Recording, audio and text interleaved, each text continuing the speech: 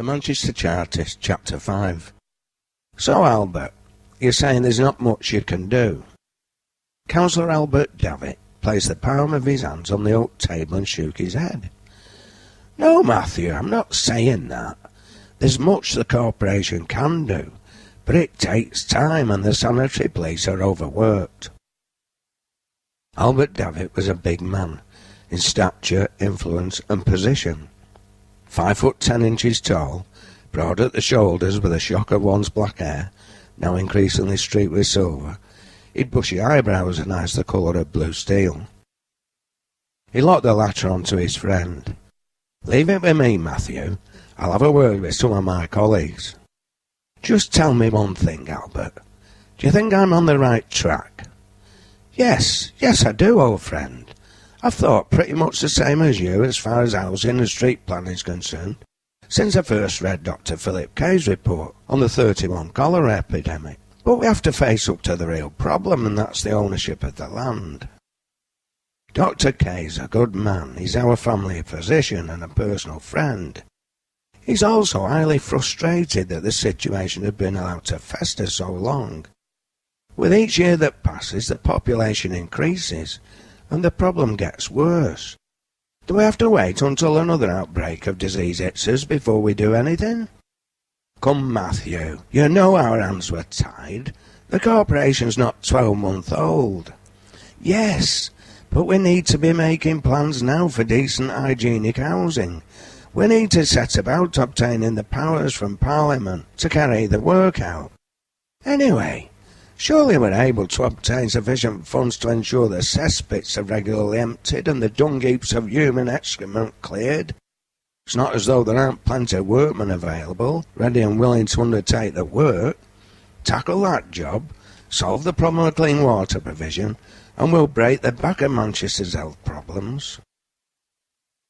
For most of its existence, Manchester had been a small village lying at the confluence of two rivers, the Irk and the Irwell, although the original settlement from which its name derived was a Roman fort slightly further south, built on a small hill at the confluence of the Medlock and the Irwell, in the area known as Castlefield.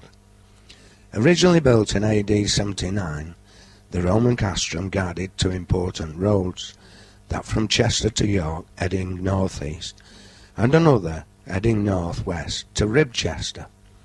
The Roman name was Mamuseum, which itself was a Latinisation of its Celtic name meaning breast-shaped hill, the area being part of the territory of the Brigantes, the dominant Celtic tribe in what is now the north of England. In the Anglo-Saxon chronicles of AD 919, it is referred to as Malmchester. From the Norman conquest onwards, it became a quiet backwater in the shadow of its more important neighbour Salford, as a parish in the southeast of the Salford Hundred. Now, in 1838, it had overtaken Salford in population and stature, thanks to the textile industry founded back in the 14th century by a small community of Flemish weavers who specialised in weaving wool and linen goods.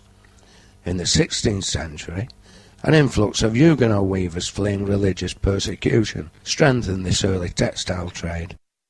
The Flemish and Huguenot weavers were not the first immigrants to have had a significant and positive impact on the fortunes of their adopted town, nor would they be the last. Nor could they have envisaged that their settlements will culminate in the growth of the world's first industrial city and the premier commercial centre of Britain. By 1838, Manchester was a cosmopolitan town, regarded quite rightly as a city, drawing on the talents of not only native Lancashire people, but also Welsh, Scots, Moravians, Germans, Italians, and Central European Jews. Eventually, with the growth of the trade in Egyptian cotton, Levantines would join them. Above all, the town owed much for its existence and prosperity to one particular group of migrants, a people who in the main did its dirtiest jobs, built and often manned its mills, suffered the worst deprivations and greatest exploitation, a people who formed the bulk of its handloom weavers, by then a dying trade, cut its canals and built its railways, erected its magnificent commercial and municipal buildings, and populated its filthiest slums, the much maligned Irish. This was so even in 1830, a good decade before the Great Hunger or the Irish Famine, as the English incorrectly called it. The word famine implies a lack of food available to feed the population. There was no shortage of food in Ireland in the late 1830s and 40s, in the shape of wheat, barley, oats, beef, mutton or pork. Merely a shortage of potatoes that the mass of Irish people, impoverished and brutalised by their English and Anglo-Irish landlords, had been reduced to relying upon as their main source of sustenance. Worse still, its bullying English neighbour, so persistent in its determination to dominate and control, and so insistent on its right to govern Ireland, and thus assuming responsibility for its people's welfare, stood back and did nothing, content to see the Irish die of starvation or migrate.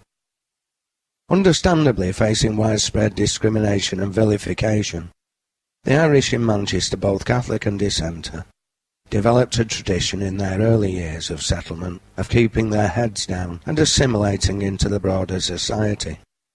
Despite this, they were often in the vanguard of the working class movement for reform and were the backbone of Chartism and trade unionism.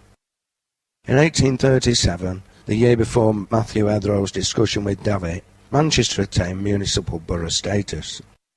The new borough incorporated the old town around the collegiate church of Mary the Virgin St George and St Denis, by then known as Irish Town, and the rest of Old Manchester, including its fairly new commercial centre, with the townships of Cheetham to the north, Beswick to the north-east, Ardwick to the east, Chorlton-upon-Medlock to the south-east and Newham to the south.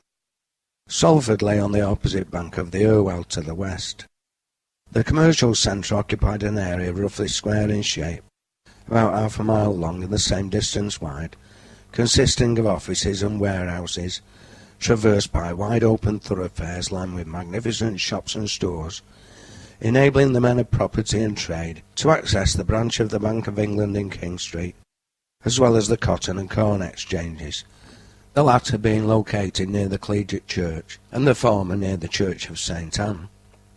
The whole area was so free of people's dwellings. At night it was lonely and deserted, the few people traversing its lanes being watchmen equipped with dark lanterns and truncheons.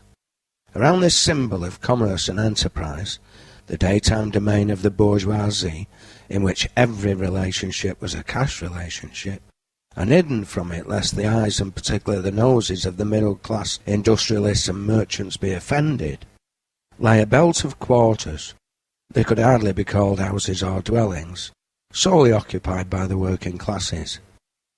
The degree of filth and squalor and the broken-down nature of these habitations, into which scores of thousands of the toiling masses were crammed, only varied slightly according to their age and position. They stood cheek by jowl with mills, factories, bleaching, dye and textile printing works. The three principal rivers, the Irwell and Medlock, were their only sources of water, save for a couple of small springs, both controlled by breweries. Naturally, because mills need water in quantity, the oldest manufactories and workers' hovels crowded the river banks. Industrial effluents, bleaches and dyes, animal and human excrement polluted the waters. As if this wasn't sufficient, a cholera cemetery stood on one bank of the Irk, and a pauper's graveyard just downstream occupied ground next to the Irwell.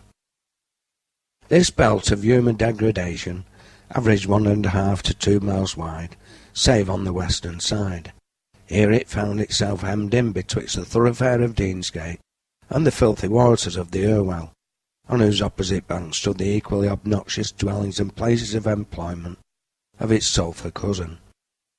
Travelling outside and away from this site of human misery, heading north to Cheetham Hill or east to Ardwick and the outskirts of Chorlton-upon-Medlock, or further south-east and south to the small townships of Rusholme, Fallowfield, Withington, Didsbury, and through the villages of Green, Hayes, Mosside and Hume to Chorlton-cum-Ardee, the housing gradually became superior and increasingly substantial. Eventually, having passed through the neatly planned streets housing the lower middle classes, one came to the splendid villas and palatial residences of the upper middle class, the new urban aristocracy of hard-nosed, hard-faced, keep-your-heads-to-the-grindstone industrial capitalists. The first thing to strike any new visitor to this metropolis was the ability of the rich to travel from their places of residence on the rural outskirts of the town to their offices or warehouses, to the Cotton Exchange or the Corn Exchange, to the Bank of England, or the theatres, art galleries, libraries and other places of culture and learning, without once setting eyes on a single working-class dwelling. The gas-illuminated shops and other buildings lining the thoroughfares, comprising the boundary of the working-class belt, and those traversing that belt, hid the quarters of the labouring classes from the view of the bourgeoisie and casual tourist alike. Horse-drawn omnibuses, taking the shortest route through the city once every quarter or half an hour, serve these thoroughfares, delivering their cargo of money men, their wives, and dare we say their mistresses, once more to their clean, comfortable houses and the unpolluted air of their rural retreats. The second thing to strike any intelligent tourist who cared to probe a little deeper, particularly one with the instincts of an anthropologist, was the degree to which these two great classes of Mancunians, the owners of capital on the one hand, and those who sold their labour power to work with and make that capital productive on the other, had driven out all other classes. There were few left of those artisans, small tenant farmers, independent handicraft workers or vegetable growers that once flourished in this part of south-east Lancashire. Only the shopkeepers, beer and gin palace owners, and the porkers, whose pigs roamed the narrow courts and alleyways of the slums eating garbage, but unfortunately producing shit at the same time. In short, only those small middlemen who catered for basic needs hung on. Nearly all work was machine work, the operatives who worked those machines merely hands. And yet, hidden from view, lurked the dark, invisible, malevolent arm of another, extremely tiny, mostly absent class, absent in the sense they didn't live in and were seldom even seen in the town, who still wielded a significant influence over the affairs of this mighty centre of industry and commerce, an influence in many ways malign and leech-like, especially when studied from the point of view of the industrialists. This tiny group, so abhorrent to and so often such an obstacle to the manufacturer's onward and upward progress, were the old landed aristocracy. These members of the old ruling elite still clung on to power and owned the bulk of the land on which Manchester was situated, as well as the land on to which its future expansion depended. True, some of these aristocrats, such as the Duke of Bridgewater, whose estates happened to have vast quantities of coal beneath their surface, had thrown their lot in with the industrialists, realising their particular interests coincided. In the process, they had become capitalists themselves. Others, however, were content to do little, not wishing to indulge in trade, an occupation beneath their dignity and at odds with their heritage. The landed gentry were, after all, people of leisure, proud to take life easy, only wishing to continue in their old ways, hunting and fishing, and whatever other pursuits they engaged in. Their land in the Manchester area had had little productive value before the coming of the cotton industry and the subsequent replacement of water power by steam power. Of poor agricultural quality in the main, and possessed of no minerals worth speaking of, save clay, it had only provided a meagre income in rents. Now, however, the need for land had turned even the red clay into a valuable asset, it being the raw material for the production of bricks. Their lordships suddenly found themselves in the wonderful position of being able to make substantial profits, barely having to lift a finger. Of course, they had to prepare and write a 30 or 40-year lease, using a long-established legal form, for each small parcel of land they leased out. Nonetheless, 30 seconds of effort wielding a quill pen, providing them with 3 or 4 decades' income, represented a perfectly acceptable sacrifice and expenditure of energy to most landowners. In addition, at the end of that period, the land remained theirs, as did any improvements made to it, including the buildings erected upon it.